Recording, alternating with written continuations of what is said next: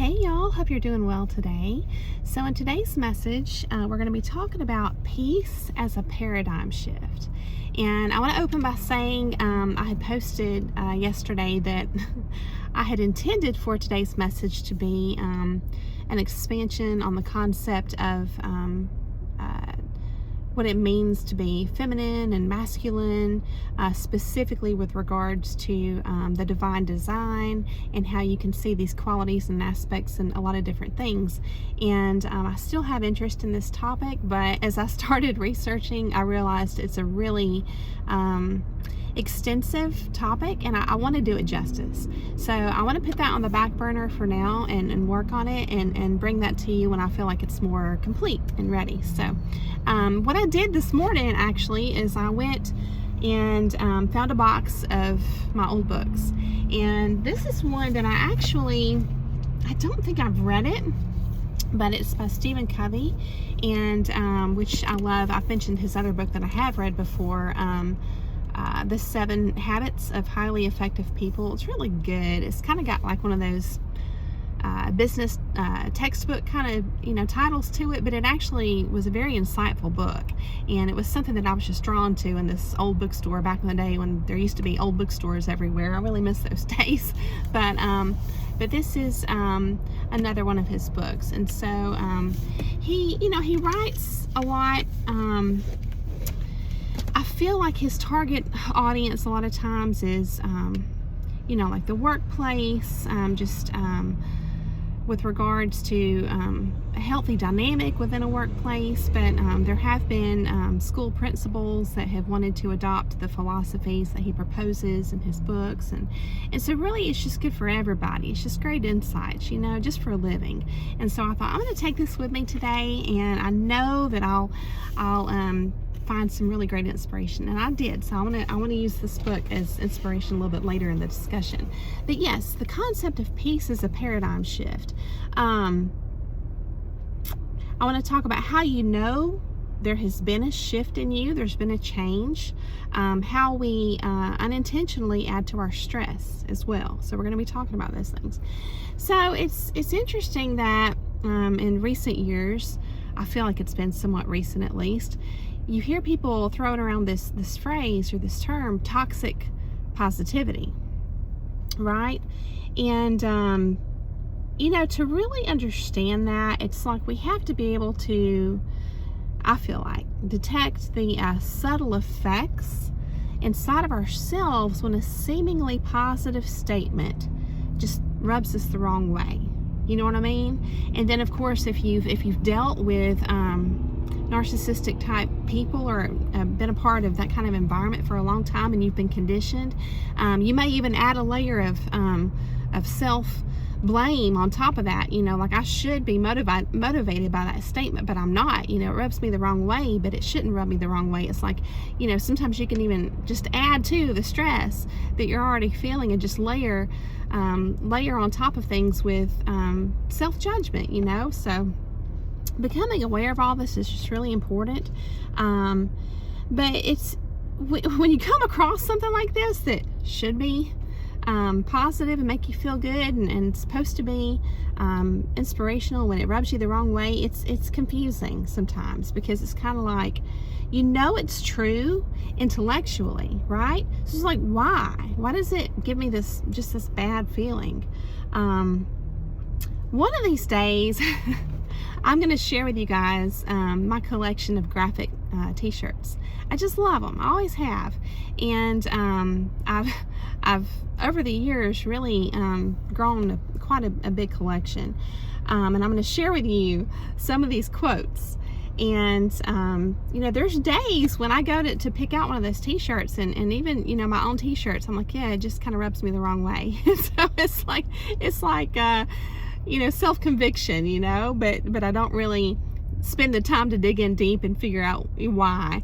But let me just share some of these sayings with you, okay? So I have one called "Emotions Distort Reality," And what's interesting about this, and I just want to share this as an insight, right? Like another perspective or lens, just to kind of evaluate this whole concept, from a 360 view. It's like, okay, all right, I see the truth in that. You know what I mean? Emotions can distort reality. But on the flip side, you don't want to, I think the toxic part of that would be, what are you saying about emotions? Are emotions bad? I mean, God gave us emotions. They must serve some purpose. And so I'm not supposed to honor my own emotions. I'm supposed to stuff them down. That's not healthy. So like, you see what I'm saying? It's like you can, the problem here, and this is why, I guess what you might call the gray area is important, because it's not always as simple as either or what they call black and white thinking, like the truth is either over here or over here. It's not that simple. And so that's why I'm always talking about expanding, right, to just see the bigger picture, so that it brings everything into view and you're like, oh, I get it. So in this example, with emotions distort reality, you can see the truth on both sides. So it's like it's so interesting. So let me share some more phrases with you. I have on my graphic t-shirts that I have. One that I love, it's from Natural Life. They have a lot of just beautiful graphic tees with flowers and just their whole theme of everything they sell is just happy. I feel like just happy vibes. So it says, do more of what makes you happy, right? And it's like, again, on one hand, it's like, yeah, I really should make time, to just do the things I enjoy. It seems like a very innocent, inspirational quote, but on the flip side, it can be perceived as shaming someone. Like, well, I would if I had time, but I can't, or and even more so than that, it's kind of like, do you really want everybody doing more of what makes them happy if what makes them happy is not good for themselves or for others? So it's like, again, you've got truth on both sides of the spectrum, right? And then one of my favorites just simply says, live happy. And I'm gonna tell you, that one right there, there's days when that one just really rubs me the wrong way. It really does. It just to be totally honest, there's days when I get up and I see it and I just resent the daylight side of it. You know what I mean? Like, well, I would be happy if this or if that, right? So, again, it's not really as simple as having the power of choice, right?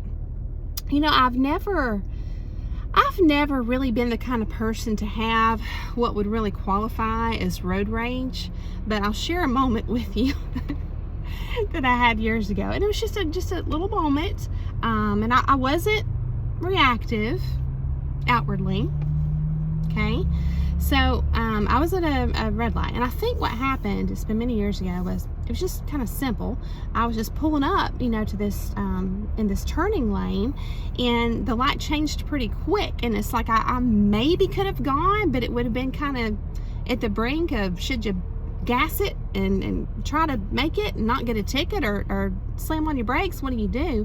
And I just chose to kind of play it safe.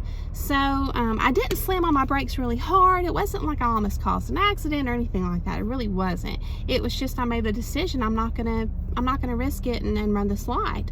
And so I'm sitting there in traffic, and I noticed this person behind me is glaring at me, through the windshield. I just catch a glimpse of her in my mirror, and man alive, if it's that whole phrase, if looks could kill, oh goodness. So, well, in the moment, that really offended me, but I didn't react, again, outwardly, but it just kind of set me off inside, like, oh, I'm supposed to get a ticket and put myself in danger to just appease you, or, it's just kind of, so I think that's just normal. It's just a part of human nature. And I think there's obviously, common sense says there's a lot of factors, different things that people are experiencing in their life, right? Like we get that. And like I said, it's really logic. Logic says, we don't know the other person's situation, their background, their mental capacity. That's what logic says. But emotions, emotions say, I don't care. I don't care about any of that, So But then one day, stuff like that, it's like they just truly just don't matter anymore. And it didn't happen because someone told you to just live happy. That's not, it didn't help, you know, at least not in a conscious manner, right? So that's not what helped us to make that switch. And it didn't happen because you overrode your emotions from sheer will, which is important until you can truly get to the state of being unaffected. You know, it's still important to have that self-control. But eventually, you know, the shift can truly happen where you just really are unaffected. So it's like, why? What happened? It's like dissecting that, you know, it's kind of interesting. I'll share a moment in a church that I visited one time with you, and it was kind of awkward.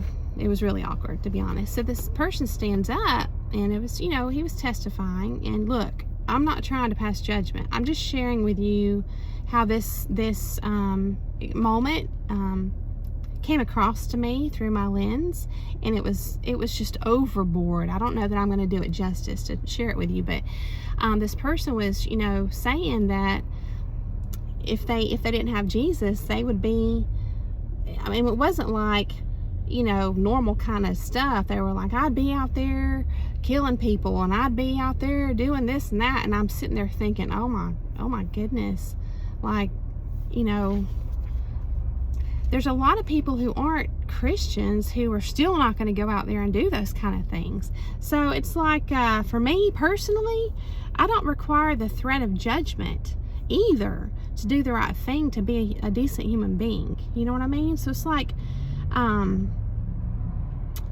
why do we naturally become immune to triggers? My conclusion is there are other shifts in our perspective that have to occur first, right? Like paradigm shifts. These other things have to change within us first, and then this becomes a result, okay? And one of them is the realization that what we do to others, we do to ourselves. And let me expand on this, because I'm not talking about like karma, okay? But like emotionally. Because being reactive truly is so stressful on the body. It's like we know this. Again, logically, there's like this battle between logic and emotion going on. You know what I mean?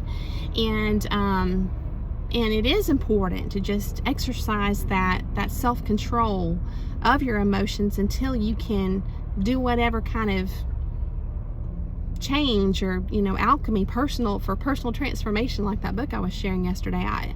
Whatever has to happen, you know, till you get to that place. But that is the goal.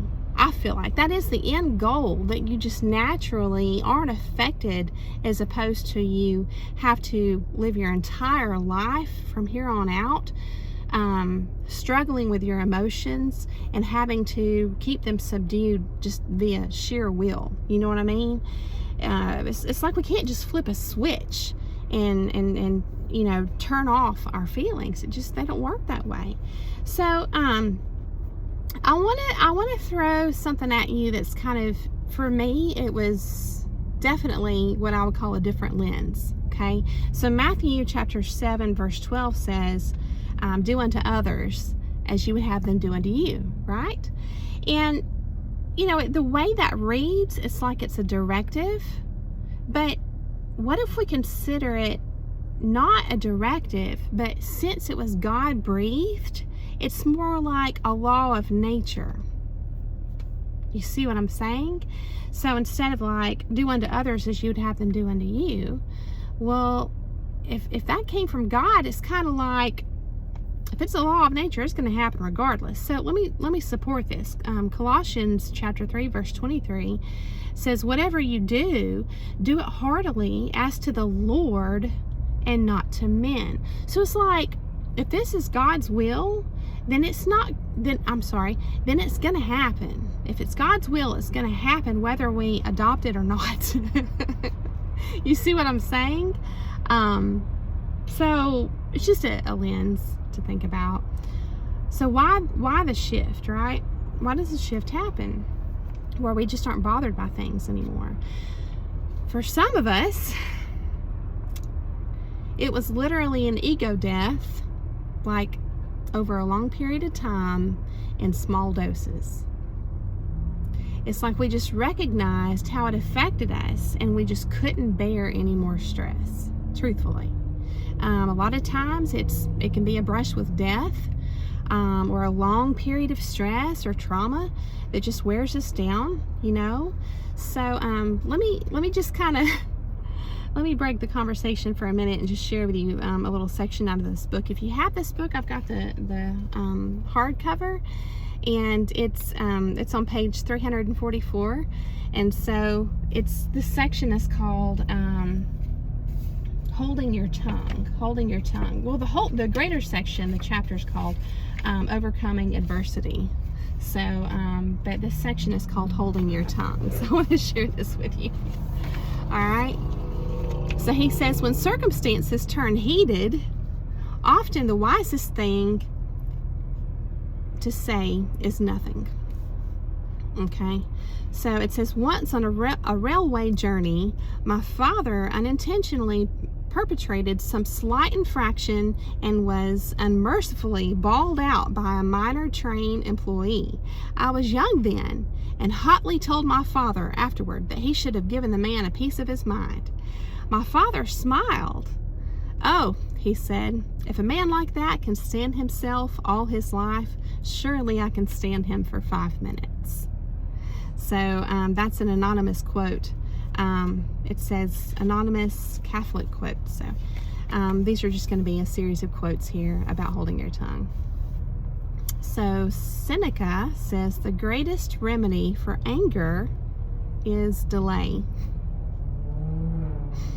Yes. Thomas Jefferson said, when angry, count to 10 before you speak. If very angry, 100. A Chinese proverb says, in the midst of great joy, do not promise anyone anything. In the midst of great anger, do not answer anyone's letter.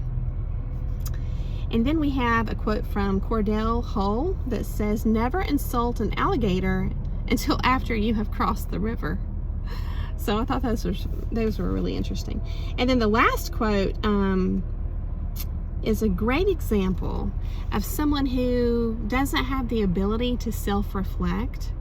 It's like someone who is stuck in a defiant kind of spirit. So let me share this with you. And I feel like this was probably a joke, so I'm not trying to pass judgment on this person because it says the name. But and maybe it was meant to be comedy, but it's from the Miami Herald, Dave Barry. It says, I argue very well.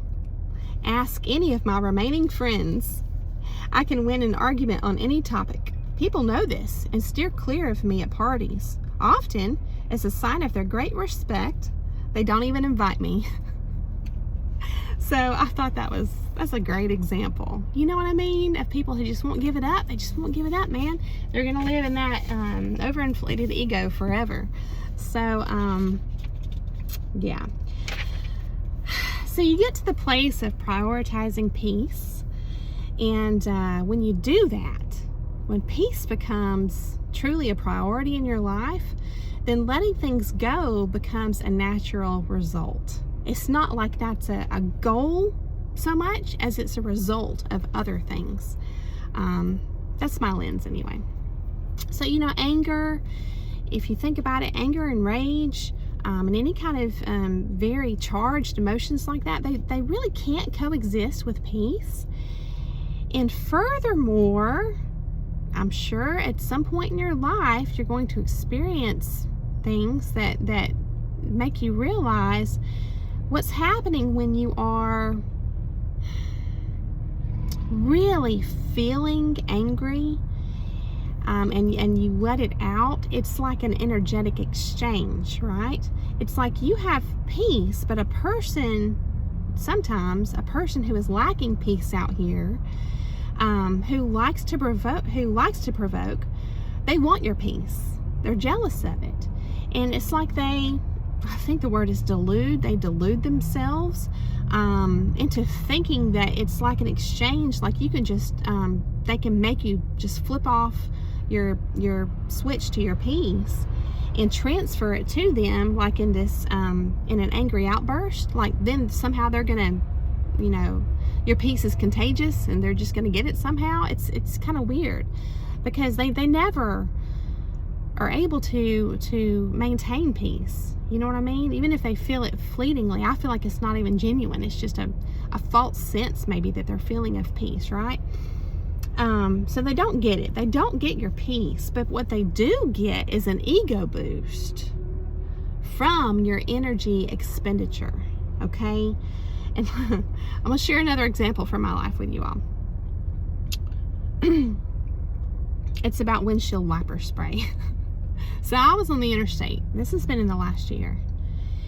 And I'm just driving. And you know how when you're going fast on the interstate, it's like all these bugs are hitting your windshield? And I had been driving for a while, so my windshield was pretty bad. And I needed to clean it. So I just, you know, flip my switch here and turn on the spray. I don't think nothing of it, and it's better, right? Well, next thing I know, because there's several cars around me, there's a car zooming around me like they got somewhere to go. And they get right in front of me. I mean, like right in front of me. And they don't hit the brakes, but you could tell that they didn't really want to get around me to go faster. They just wanted to get in front of me to get in front of me. What do?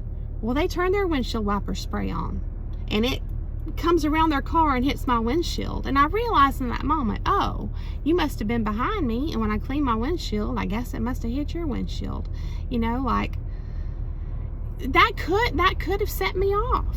But no, I was like, it's so petty. It's so petty. I was like, man, you know what? If that made you truly feel better, then I'm glad.